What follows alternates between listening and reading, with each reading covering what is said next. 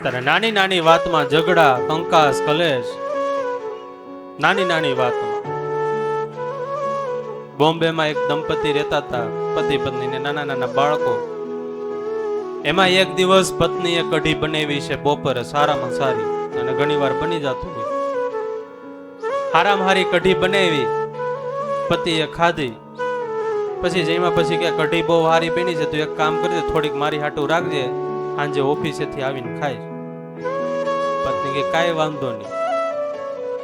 પતિ ઓફિસે ગયો, આખો દિવસ કઢી કઢી કઢી થાતું હતું, કઢી ડેઢે સોટી છે. અને આમે એવું હોય કે બહુ થાતું હોય ને એ પછી પ્રમાણે ન મળે, એટલે પછી મન છે એ ભાંગી જાય. આખો દિવસ કઢી કઢી થાતું હતું, સાંજે ઘરે આવ્યો, જમવા બેઠો ને જોયું તો કઢી નહીં, બીજી કઈ વાનગી બનાવી છે પીરસાણી.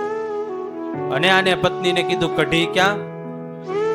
પત્ની કી તો બપોરે પૂરી થઈ ગઈ, કઢી થોડીક બનાવી હતી, તમને બહુ ભાવી, મને બહુ ભાવી, છોકરાઓને બહુ ભાવી, અને કઢી હતી એમ પછી પૂરી થઈ ગઈ, વૈધી નથી, હવે માપે હતી.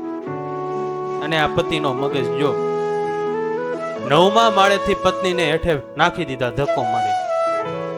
પત્ની હતા એ હેઠે પડ્યા અને મરી ગયા. પતિ અત્યારે રોજ બોમ્બેની સેન્ટ્રલ જેલ છે એમાં કઢી ખાય છે.